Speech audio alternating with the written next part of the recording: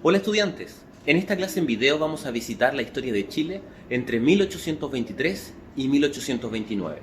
Veremos por qué podemos llamar este periodo como un equilibrio oligárquico militar. Vamos a conocer a los grupos políticos de este periodo y vamos a terminar analizando una fuente secundaria. Espero que les guste.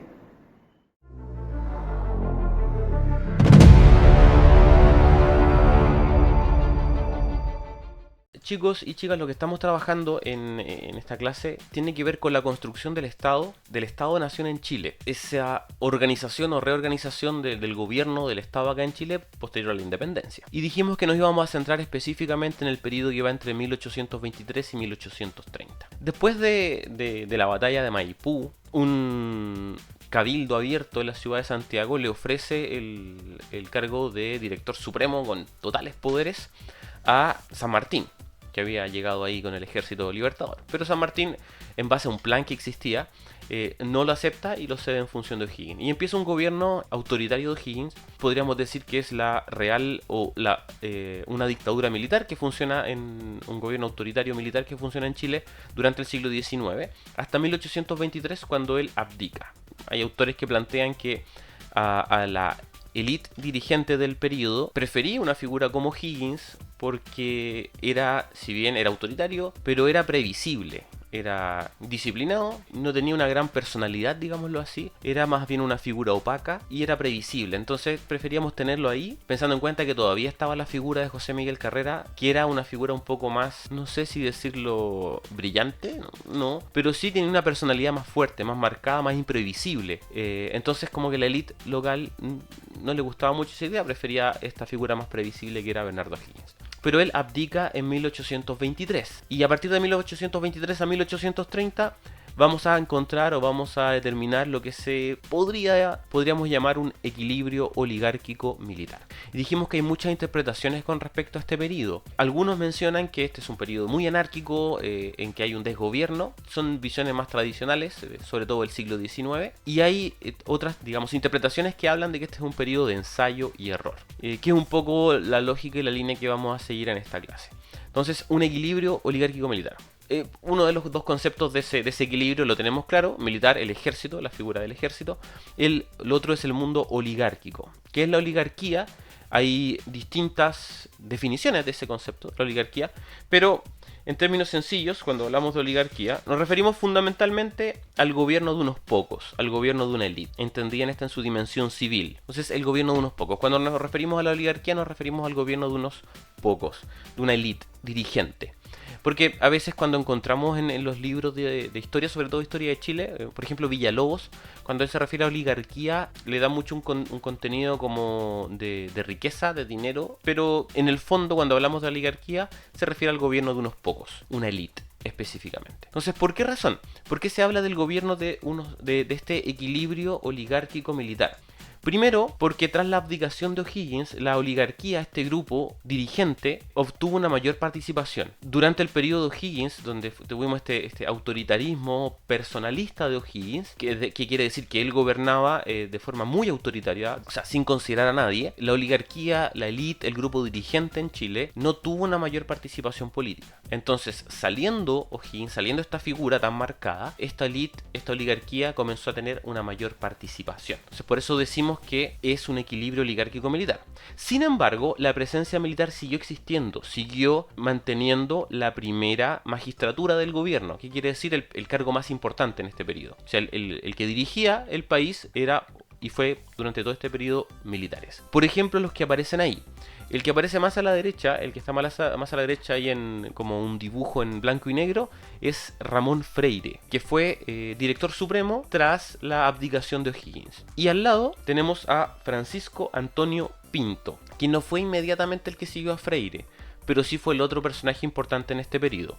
Porque entre Freire y Francisco Antonio Pinto, hay un otro gobernante, que es Manuel Blanco Encalada. El primero que tuvo el cargo de presidente en Chile. El primero que se le denominó presidente es Manuel Blanco Encalada. El problema es que duró 2 meses en el cargo, entonces no nos sirve mucho para el análisis que estamos haciendo acá. También era militar, y de hecho, esto es la biblioteca del Congreso Nacional. Y ahí está Ramón Freire. ¿Se fijan? Otra imagen de él.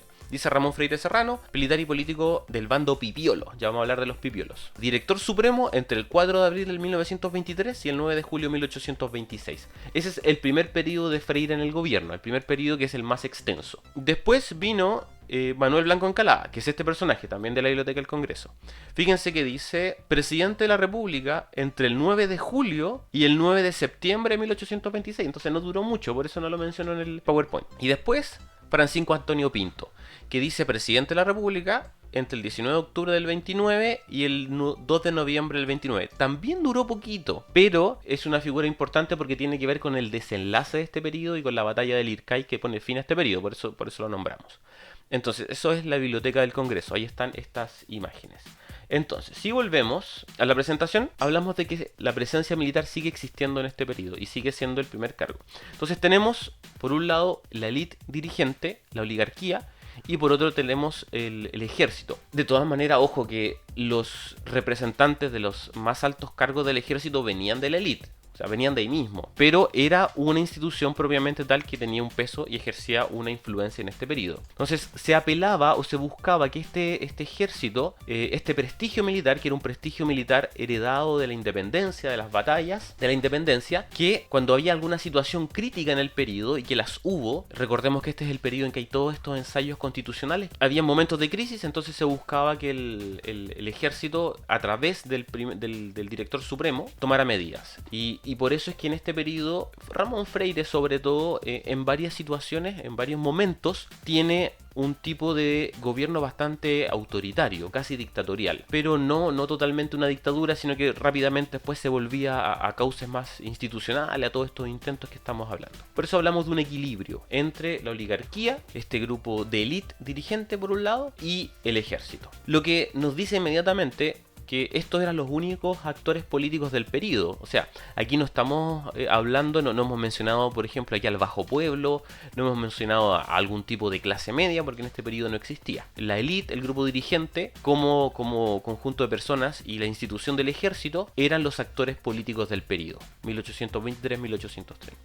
Entonces, en términos generales, el periodo 1823-1830 es este equilibrio que en la práctica, ahí como a través de ensayo y error, va mostrando este intento de equilibrar por un lado a la élite dirigente y por otro lado al ejército, que tenía una influencia muy pesada y muy potente heredada de la guerra de independencia. Pero vamos a ver cuáles son los grupos políticos al interior de esta sociedad chilena y de este gobierno en formación. Entonces, corrientes políticas del periodo. Fíjense que inmediatamente nos dice algo el subtítulo. Se habla de corrientes políticas. No se dice, o el título no dice partidos políticos. ¿Por qué decimos esto? Porque no son partidos estructurados. Cuando hablamos de las corrientes de este periodo, no estamos hablando de partidos políticos que tengan como un programa de partido, una doctrina política clara. De hecho, la organización de un Estado y de una organización con partidos políticos es bastante reciente en Europa. Estamos hablando de que partidos políticos empezamos a ver más o menos posterior a la Revolución Francesa, y en Europa en 1848 en adelante. Y aquí estamos hablando de 1820, y en Chile, en un lugar perdido en América. Entonces no son partidos políticos. No estamos hablando acá del partido Pipiolo o el partido Pelucón, en ningún caso. Esa es la primera gran aclaración. Son corrientes, son grupos de personas, son facciones dentro del grupo dirigente. Eso no se nos tiene que olvidar. ¿Por qué? Porque todos estos grupos son sino que totalmente compuestos por el grupo dirigente. Como les dije en la diapositiva pasada, aquí no hay gente del bajo pueblo, no. Son grupo dirigente, elite. Ellos son los que participaban políticamente en este periodo. No había mayor participación, estaba muy restringida en este grupo. Son sectores dentro de este grupo dirigente. Y en este periodo todos tienen algún tipo de participación política, sea en la oposición o sea en el gobierno. En este análisis que estamos haciendo seguimos la visión que es uno de los libros más recientes con respecto al periodo de independencia, que es de Alfredo Jocelyn Holt, La independencia de Chile, que plantea y se centra mucho en esta lógica de que esta es una época de ensayo y error, de intentar cosas nuevas en función de lo que iba ocurriendo, en función de la realidad. Se iban intentando aplicar ciertas formas de gobierno que iban resultaban un poco más, un poco menos. Pero ya ok, son facciones, no son partidos políticos, pero podemos decir que podemos identificar una tendencia más o menos tradicional, y por eso reciben el nombre de conservadora, denominado los pelucones, y una tendencia más progresista, denominada la tendencia pipiola. Pero, ¿qué es lo que marca estos grupos? Es su flexibilidad. Porque esto de pelucones y pipiolos tiende a ser mucho una visión como estereotipada de nuestro tiempo. Cuando nosotros queremos hacer análisis, y probablemente me van a encontrar la razón, queremos dejar como diferencias bien marcadas y bien claras para no perdernos e identificarnos. Estos son unos, estos son otros. Los pipiolos, los pelucones, estos buscan una cosa, estos buscan otra, y así se nos hace hasta más fácil en análisis. Pero lo cierto es que no es tan sencillo este análisis en este periodo, porque estos grupos tenían mucha flexibilidad. Estos grupos a veces se organizaban en función de personas. Por eso se habla ahí de los o'higginistas. Porque se fijan que dice, liderado por militares, buscan el regreso de O'Higgins. Estaban los carrerinos también, que ni siquiera aparecen en este recuadro, que algunos querían a carrera. Probablemente un grupo más reducido, en función de lo que dijimos al principio. A veces estos grupos se organizaban en función de alguna situación puntual del periodo, como esto que se menciona los estanqueros, comerciantes que tenían el estanco, un monopolio de algunos productos. Entonces se consideraba que ese monopolio era una forma de obtener dinero para pagar las deudas de la independencia. Entonces se organizaban en función de apoyar un estanco. O también del asunto federal, de las leyes federales también es como que se organizaban en apoyo a eso. Entonces era un periodo de opiniones, de bandos, de grupos con harta flexibilidad en su forma de actuar. Pero como de todas maneras queremos darle cierta estructura a este análisis y tener algo de que apoyarnos, digámoslo así, vamos a hacer esta clasificación más tradicional. Se habla de grupos, por un lado, conservadores. Los pelucones representan a la élite terrateniente. Quiere decir específicamente que eran dueños de la tierra, terrateniente. Entonces, aquí se habla como de la rancia aristocracia terrateniente. Es el típico concepto, rancio, porque quiere decir que es muy antigua. Y por otro lado, se considera que los pipiolos eran estos grupos de profesionales, comerciantes e intelectuales, de pensadores. Entonces, en esta como visión bien estereotipada de un grupo y otro grupo, los pelucones, grupo terrateniente, los liberales, comerciantes, intelectuales. Nunca, no nos olvidemos, todos miembros de la élite, todos miembros de este grupo dirigente. Fíjense la otra diferenciación que se tiende a hacer en el periodo. Los pelucones o conservadores, partidaria de un Estado unitario y un poder ejecutivo fuerte. Estado fuerte, que tomara decisiones, un poder ejecutivo que tuviera capacidad de mando, que ordenara el asunto. En cambio, los pipiolos, se supone que este grupo buscaba un mayor control del Ejecutivo, es decir, que el Ejecutivo no fuera tan poderoso y tan autoritario, sino que el Poder Legislativo, es decir, el Senado, un Parlamento, tuviera atribuciones, tuviera facultades, y igualdad entre las provincias, que no fuera un Estado que mandara a todos de Santiago, sino que las provincias tuvieran participación. Es como las diferencias que se hacen en los dos grupos. Por otro lado, ¿qué otra diferencia se establece? Los grupos pelucones, mantener la influencia de la iglesia. Se supone que estos grupos pelucones eran los grupos más conservadores ligados a la iglesia católica, entonces ellos buscaban mantener esta influencia. En cambio, los pipiolos eran partidarios de la libertad de pensamiento y la libertad de culto. Entonces esa es como la tradición o la tradicional separación o diferencia que se hace entre ambos grupos. Los conservadores, los liberales, pelucones, los pipiolos. Y luego de eso está, como les decía, estas como búsquedas de apoyar ciertas situaciones puntuales, como el tema de los o'higginistas. Fíjense que los o'higginistas en este análisis están dentro del grupo conservador. ¿Por qué? Porque también querían un gobierno autoritario y centralizado. En cambio, los federalistas, los que querían leyes federales, entonces una descentralización política en la línea de los pipiolos. Y los estanqueros, que querían el monopolio acá abajo, el monopolio de algunos productos, para mantener un monopolio, para que un monopolio, es decir, que solo una empresa tenga la venta de un producto, se necesita mucho control para que no haya mercado negro, para que otros no vendan. Entonces, generalmente las personas que buscan un monopolio también quieren un ejecutivo fuerte. Esta es la organización tradicional que se hace de los grupos en este periodo. Pipiolos por un lado, pelucones por otro. Pero insisto, hay mucha flexibilidad en este periodo. Entonces, recuerden, no eran partidos políticos y sería muy difícil decir de los pipiolos salió tal partido, de los pelucones salió tal otro partido. Porque todo esto es un periodo de ensayo y error, de flexibilidad, como les dije, insisto en ese concepto. Entonces, no sería correcto decir tal partido salió de tal lado. ¿Qué nos queda? Este texto que está acá, el texto es de Núñez, Estado, Crisis de Hegemonía y Guerra en Chile, 1830-1841. Partamos por acá, dice, a partir de la abdicación de O'Higgins. Dijimos que O'Higgins abdica en 1823. Entonces lo primero que podemos establecer, en realidad lo primero que podemos establecer es que esta es una fuente secundaria y que es escrita, eso nunca se nos olvide.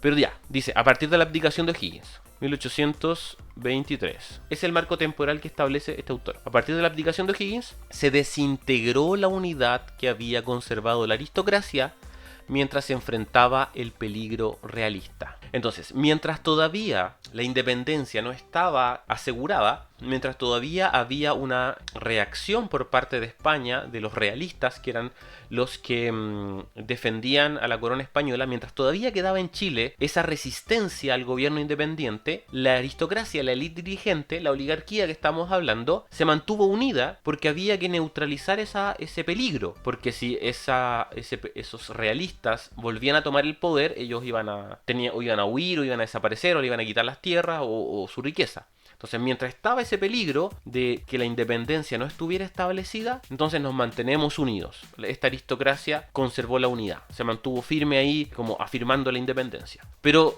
ya después del gobierno de O'Higgins, ese peligro realista desaparece. Recuerden que en el video de Algo habrán hecho por la historia de Chile, se muestra cómo se toma, por ejemplo, la isla de Chiloé, que era lo último que quedaba, se establecen ahí unos pactos y finalmente la independencia queda establecida. Entonces, a partir del gobierno de Freire, sigo la lectura acá, las dificultades políticas prepararon el fraccionamiento sucesivo de la élite aristocrática. Acá dice empieza este fraccionamiento, esta división. Entonces, las dificultades políticas posteriores al gobierno de Freire, que aparece en las páginas del libro. En las páginas del libro hay un recuadro que dice problemas políticos, problemas administrativos, problemas territoriales, problemas económicos.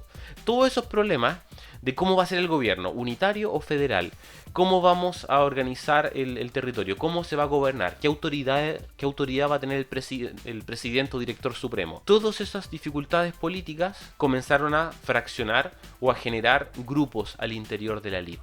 Entonces surgen facciones políticas separadas por proyectos diversos para construir un nuevo Estado. Esas facciones políticas entonces tienen una forma de entender cómo debería ser el Estado, cómo debería organizarse. Debería ser unitario, marcadamente gobernado por Santiago. Debería ser un gobierno fuerte, un poder ejecutivo fuerte, que organice y que tome decisiones. Otros dicen no, el poder ejecutivo no tiene que ser tan marcado porque eso puede llevar a un gobierno dictatorial. Entonces tiene que haber una mayor participación del Parlamento. Tiene que haber participación también de las provincias, no puede ser todo tan marcado desde Santiago. Visiones distintas. Entonces surgen estas facciones. Y dice después, se abrió un periodo de luchas intestinas internas, caudillismos y de intentos constitucionales. Un caudillo es un líder carismático, líder militar generalmente. Entonces, luchas intestinas, caudillismos e intentos constitucionales en que la aristocracia no pudo resolver consensualmente el tipo de Estado que deseaba construir. Entonces surge todo este periodo de ensayo y error, de intentos constitucionales. Y esos intentos constitucionales son, por ejemplo, la Constitución de 1823, las leyes federales, la Constitución del 28, que vamos a ver en una clase posterior.